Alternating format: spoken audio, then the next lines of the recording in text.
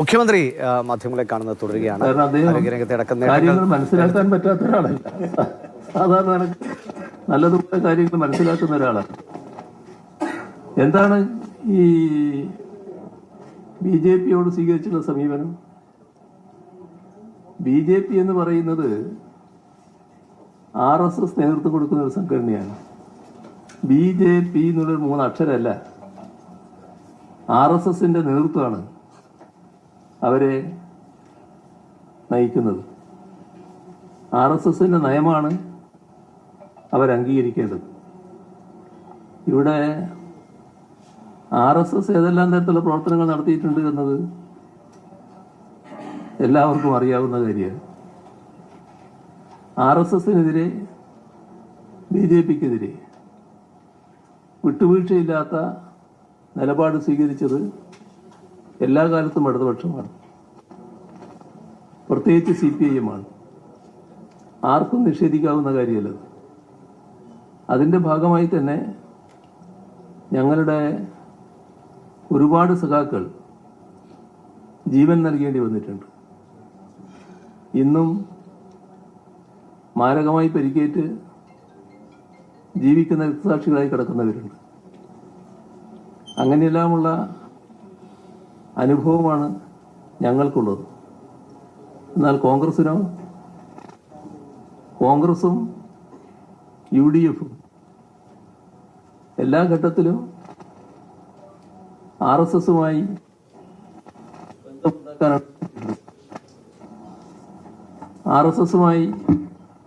ബന്ധമുണ്ടാക്കാനാണ് എല്ലാ ഘട്ടത്തിലും ശ്രമിച്ചിട്ടുള്ളത്. എല്ലാവർക്കും ഓർമ്മയുണ്ടാവുമല്ലോ, നിങ്ങൾ ഈ പറഞ്ഞ പുരോഹിതൻ ഇത് പറഞ്ഞിട്ടുണ്ടെങ്കിൽ അദ്ദേഹം ഓർക്കുന്നുണ്ടാവുമല്ലോ. കോലീബി സഖ്യം എന്തായിരുന്നു? കോലീബി സഖ്യം അന്ന് വടകര പാർലമെന്റ് മണ്ഡലം, ബേപ്പൂർ അസംബ്ലി മണ്ഡലം, 2 സീറ്റ്, പാർലമെന്റിൽ 1 സീറ്റ്, അസംബ്ലിയിൽ 1 സീറ്റ് BJP-ക്ക് നൽകുന്നു.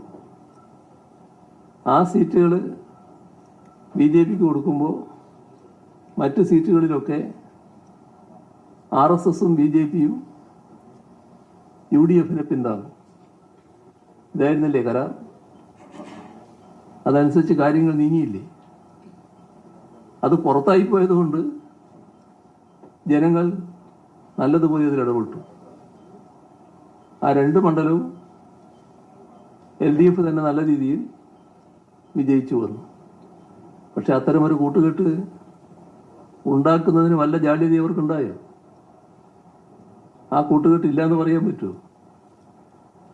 ഇവിടെ ഒരു കാലം UDF ഭരിക്കുന്നു.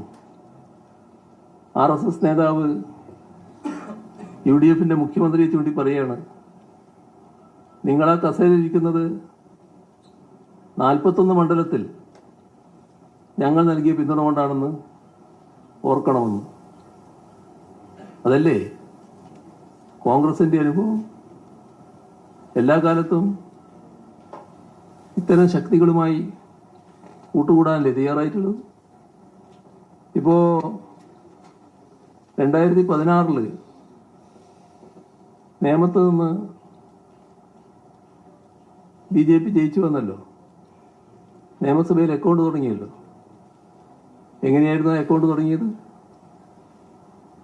നിയമസഭയിൽ മത്സരം നടന്നപ്പോൾ ആ നിയമ സീറ്റിൽ കോൺഗ്രസിന്റെ വോട്ടിന് എന്ത് സംഭവിച്ചു? വലിയ ഇടിവല്ലേ കോൺഗ്രസിന്റെ വോട്ടിന് പറ്റിയത്? എന്നാൽ വേറൊരു മണ്ഡലത്തിൽ നിന്ന് ഒരു കോൺഗ്രസ് നേതാവിന് ജയിച്ചു വരാൻ വേണ്ടി ഉണ്ടാക്കിയ ഡീലായിരുന്നില്ലേ അത്? ആ ഡീലിന്റെ ഭാഗമായിട്ടല്ലേ അക്കൗണ്ട് തുറക്കാൻ BJP-ക്ക് കഴിഞ്ഞത്? അന്നത് വേണ്ടത്ര ആളുകൾക്ക് വ്യക്തമായിരുന്നില്ല. പിന്നീട് ഞങ്ങൾ പരസ്യമായ നിലപാടെടുത്തല്ലോ. 2021 പരസ്യമായി പറഞ്ഞല്ലോ, ഇവിടെ തുറന്ന അക്കൗണ്ട് ഇവിടെ തന്നെ പൂട്ടിക്കും എന്ന് നിയമത്ത് വെച്ച് തന്നെ ഞങ്ങൾ പ്രഖ്യാപിച്ചല്ലോ. അങ്ങനെയല്ലേ അത് പൂട്ടിക്കുകയും എന്താണ് കോൺഗ്രസ് നേതൃത്വം പറഞ്ഞത്? ഇയാളെയാണോ അറസ്റ്റ് ചെയ്യേണ്ടത്? കേജ്രിവാളിനെയല്ലേ എന്നല്ലേ ചോദിച്ചത്? കേജ്രിവാളിനെ അറസ്റ്റ് ചെയ്തപ്പോൾ പടക്കം പൊട്ടിക്കായിരുന്നില്ലേ കോൺഗ്രസ്? കൈയടിച്ച് പ്രോത്സാഹിപ്പിക്കുകയല്ലേ ചെയ്തത്? ഇപ്പോ കോടതി കേജ്രിവാളിനെ കുറ്റവിമുക്തനാക്കിയല്ലോ. കോടതി നടപടി BJPക്ക് മാത്രമല്ലല്ലോ, കോൺഗ്രസിന്റെ നേതൃത്വത്തിനും മുഖത്തേറ്റ അടിയായല്ലേ മാറിയത്. ഇതൊരു ഭാഗം. അവിടെ നിയമസഭാ തെരഞ്ഞെടുപ്പ് വന്നു. ഒരു സീറ്റും കോൺഗ്രസിനില്ലാത്തൊരു നാടല്ലേ അത്. എന്നാൽ ഉള്ള ശക്തി എന്തിനാ ഉപയോഗിച്ചത്? BJP ഒഴിവാക്കാനാണോ? BJP ഒഴിവാക്കാനാണെങ്കിൽ AAP അല്ലേ സഹായിക്കേണ്ടത്? അവിടെ അതിശക്തമായി AAP എതിർക്കല്ലേ ഇത്.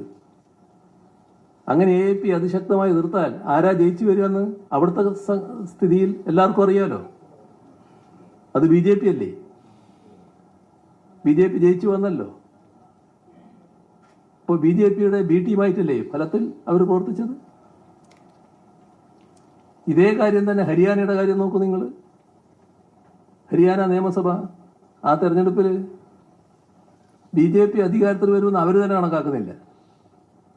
എല്ലാവരും ഉറപ്പിക്കുന്നു BJPയെ പരാജയപ്പെടുത്താനാവും. എങ്ങനെയാ BJPക്ക് തിരിച്ചു വരാൻ കഴിഞ്ഞത്?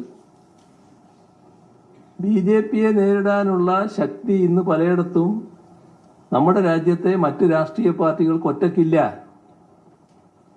ഇപ്പോൾ സാധാരണഗതിയിൽ BJP എതിർക്കാൻ താല്പര്യമുള്ള എല്ലാവരെയും ഒന്നിച്ചു നിർത്താൻ ശ്രമിക്കണം. ആ കാര്യം ചെയ്തോ കോൺഗ്രസ്?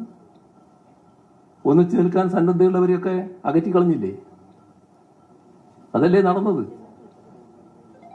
അതല്ലേ BJPയുടെ ജയത്തിലേക്ക് എത്തിച്ചത്? യഥാർത്ഥത്തിൽ ഫലത്തിൽ BJPയുടെ പാർട്ടിയായി മാറുകയല്ലേ ചെയ്തത്. ഇതല്ലേ നാം കാണേണ്ടത്. ബീഹാർ അടക്കമുള്ള തെരഞ്ഞെടുപ്പുകൾ എടുത്തു നോക്കിക്കോളൂ. തെരഞ്ഞെടുപ്പ് വരുമ്പോൾ ആദ്യമേ തന്നെ കുളം കലക്കുന്ന നടപടിയെടുക്കും. രംഗം കലുഷിതമാക്കിയിട്ട് പിന്നെ പറഞ്ഞിട്ട് എന്താ കാര്യം? രംഗം കലുഷിതമാകുമ്പോൾ അതിന് ഗുണഫലം കിട്ടുന്നത് BJPക്കല്ലേ. ബീഹാർ അടക്കമുള്ള തെരഞ്ഞെടുപ്പ് ഫലത്തെ ആദ്യത്തെ കോൺഗ്രസിന്റെ സമീപനം സ്വാധീനിച്ചില്ലേ? എല്ലാം BJPക്കല്ലേ സഹായകരമായിട്ട് വന്നത്. ഇങ്ങനെയെല്ലാം നേരത്തെ ചെയ്തവര്, ഇപ്പോൾ ചെയ്തുകൊണ്ടിരിക്കുന്നവര്, അവരുടെ നിലപാടിൽ ഒരു മാറ്റവും ഇല്ലാതെ താൽക്കാലിക ലാഭത്തിനു വേണ്ടി കൂട്ടുകൂടാൻ തയ്യാറാകുന്നവര്, ഒരു കാലത്തും BJPയോട് വിട്ടുവീഴ്ചയില്ലാത്ത നിലപാട് സ്വീകരിച്ച ഞങ്ങൾക്ക് നേരെ ആക്ഷേപം ഉന്നയിക്കാൻ തയ്യാറാണ്. അതൊന്നും നാട്ടിലേശുന്ന കാര്യമല്ലെന്ന് മാത്രമേ പറയാനുള്ളൂ. പിന്നെ നല്ലതുപോലെ കളവ്, നുണ സത്യമാണെന്ന് തോന്നത്തക്ക രീതിയിൽ പ്രചരിപ്പിച്ചാൽ അത് സത്യമായി അംഗീകരിക്കപ്പെടും എന്നുള്ള പഴയ ഗീബൽസിന്റെ സിദ്ധാന്തം ഉണ്ടല്ലോ. അതിന്റെ ആശാന്മാരായിട്ട് ആ പ്രവർത്തനങ്ങളും നടത്തി നോക്കുകയാണ്. പക്ഷേ ഈ അനുഭവമൊന്നും നാടിനോ നാട്ടുകാർക്കോ മറക്കാൻ കഴിയുന്നതല്ല.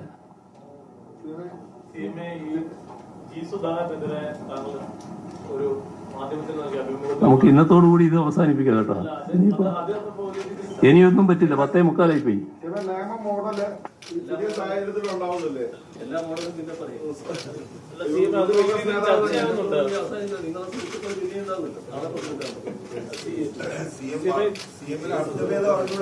മുഖ്യമന്ത്രിയുടെ വാർത്താ സമ്മേളനമായിരുന്നു. മാർ കൂറിലോസിൻ്റെ അടക്കം വിമർശനങ്ങൾക്കുള്ള മറുപടി. അദ്ദേഹം നേരത്തെ മാതൃഭൂമി ന്യൂസ് ഇലക്ഷൻ ബസ്സിൽ യാത്ര ചെയ്യുമ്പോൾ അദ്ദേഹത്തിൻ്റെ പ്രതികരണം എന്നത് ഇടതുപക്ഷം നിലനിൽക്കണമെങ്കിൽ ഇവിടെ ഒരു ഭരണമാറ്റം വേണമെന്നതായിരുന്നു മാർ കൂറിലോസിൻ്റെ ഒരു പ്രതികരണം. അപ്പോൾ അദ്ദേഹത്തെ പുരോഹിതൻ പറഞ്ഞത് എന്ന നിലയ്ക്ക് അദ്ദേഹത്തെ പേരെടുത്ത് തന്നെ പറഞ്ഞ് മുഖ്യമന്ത്രിയുടെ ഭാഗത്ത് നിന്ന് വിമർശനങ്ങളുണ്ടായിരുന്നു. അതിൻ്റെ ആദ്യഘട്ടത്തിൽ അദ്ദേഹം സർക്കാർ നേടിയെടുത്ത വികസന നേട്ടങ്ങളെക്കുറിച്ചാണ്, പ്രത്യേകിച്ച് ആരോഗ്യ മേഖലയിലടക്കം നേടിയ നേട്ടങ്ങളെക്കുറിച്ചാണ് പറഞ്ഞത്. ഇനി ഇത് അവസാനിപ്പിക്കാം, സമയം 10:45 എന്ന് പറഞ്ഞുകൊണ്ടാണ് മുഖ്യമന്ത്രി ഈ വാർത്താ സമ്മേളനം അവസാനിപ്പിക്കുന്നത്.